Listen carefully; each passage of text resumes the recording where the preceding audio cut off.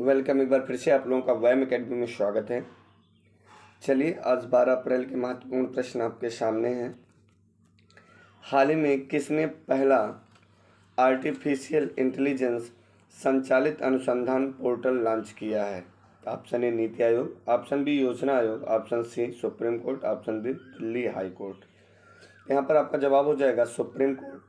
तो प्रश्न पे ध्यान देना, आर्टिफिशियल इंटेलिजेंस संचालित अनुसंधान पोर्टल लॉन्च किया किसने? तो आपका जवाब हो जाएगा सुप्रीम कोर्ट। तो सुप्रीम कोर्ट अनुच्छेद कितने से कितने तक है? तो अनुच्छेद 124 से लेके अनुच्छेद 147 तक सुप्रीम कोर्ट है। ठीक है। और कुल सुप्रीम कोर्ट में कुल न्यायाधीशों की संख्या 33+1 है। ठीक है। अगर पूछ लिया जाए उच्च न्यायालय की संख्या वर्तमान समय में भारत में कितनी है, तो आपका जवाब हो जाएगा 25। कितना भैया उच्च न्यायालय की संख्या? 25। क्लियर है। चलते हैं आगे। अच्छा, यहाँ पर नीति आयोग, तो नीति आयोग की स्थापना कब हुई थी? तो 1 जनवरी 2015 को। ठीक है। योजना आयोग है, ये आपको पता होना चाहिए, सब कुछ बताए हैं। और जबकि नीति आयोग के अध्यक्ष प्रधानमंत्री होते हैं और योजना आयोग के स्थान पर ही नीति आयोग बनाई गई है, ये आपको पता होना चाहिए। ठीक है। योजना आयोग के अध्यक्ष भी प्रधानमंत्री होते थे। ठीक है। चलते दूसरे प्रश्न पे चलते हैं। यहाँ पर दिया है, इनमें से किसने हाल ही में श्रीनगर के वाटर स्पोर्ट्स अकादमी में नौकायन के लिए खेलो इंडिया स्टेट सेंटर, तो ध्यान देना यहाँ पर, खेलो India state centre for excellence India का उद्घाटन किया है? एक बार पुनः देखेंगे, इनमें से किसने हाल ही में श्रीनगर में, कहाँ पर भैया? श्रीनगर में। तो श्रीनगर में वाटर स्पोर्ट्स अकादमी में नौकायन के लिए खेलो India state centre for excellence India का उद्घाटन किया है? तो यहाँ पर आपका जवाब हो जाएगा किरण रिजिजू ने। ये कहाँ के हैं? तो अरुणाचल प्रदेश के हैं, बीजेपी के नेता हैं, आपको पता होना चाहिए। ठीक है। चलिए आगे चलते हैं, अगला प्रश्न देखते हैं। मशहूर टीवी सीरियल महाभारत की किस भूमिका निभाने वाले मशहूर अभिनेता सतीश कौल, तो सतीश कौल किसका भूमिका निभाते थे? तो आपको पता होना चाहिए इंद्रदेव का। किसका भैया? इंद्रदेव का। इनका हाल ही में निधन हो गया, ये आपको पता होना चाहिए। चलिए आगे चलते हैं। Popular American rapper and actor Earl Simmons का हाल ही में कितने वर्ष की उम्र में निधन हो गया है? तो 50 वर्ष की उम्र में निधन हो गया। ये है क्या? ध्यान दीजिएगा, रैपर है। ठीक है, ये आपको पता ही है। पॉपुलर अमेरिकन रैपर हैं, ये भी आपको पता होना चाहिए भैया, कहाँ के हैं? अमेरिकन हैं। ठीक है, अर्ल सिमंस। ठीक है। चलिए आगे चलते हैं, अगला प्रश्न देखते हैं क्या है। अगला प्रश्न यहाँ पर है, 11 अप्रैल को विश्व भर में कौन सा दिवस मनाया जाता है?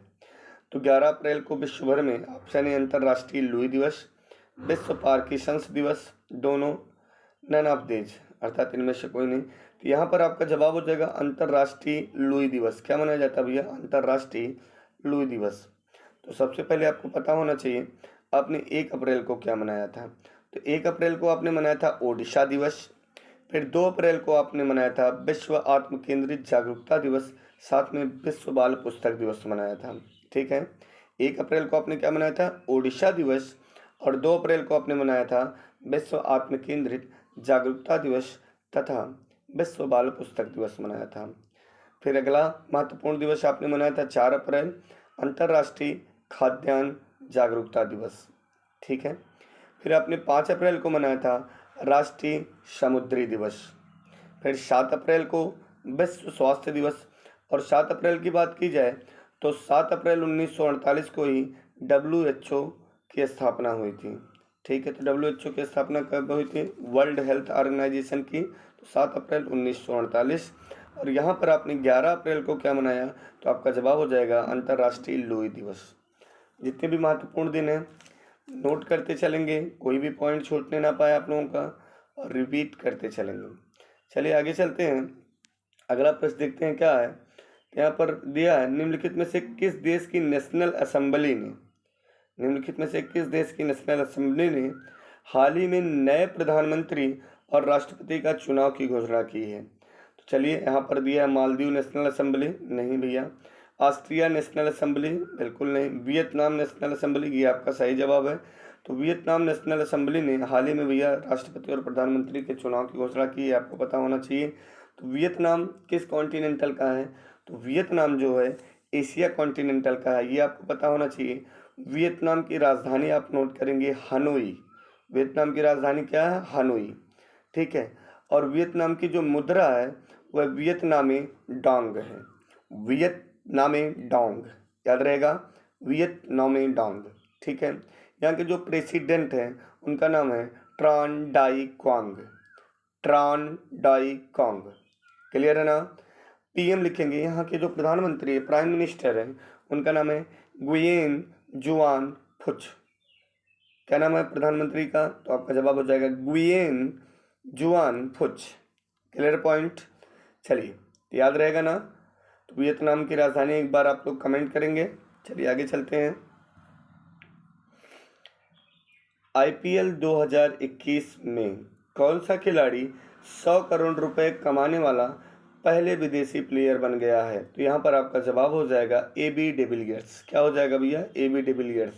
आईपीएल 2021 में 100 करोड़ रुपए कमाने वाले पहले विदेशी प्लेयर बने हैं AB डिविलियर्स। नाम याद रहेगा ना ऑलरेडी।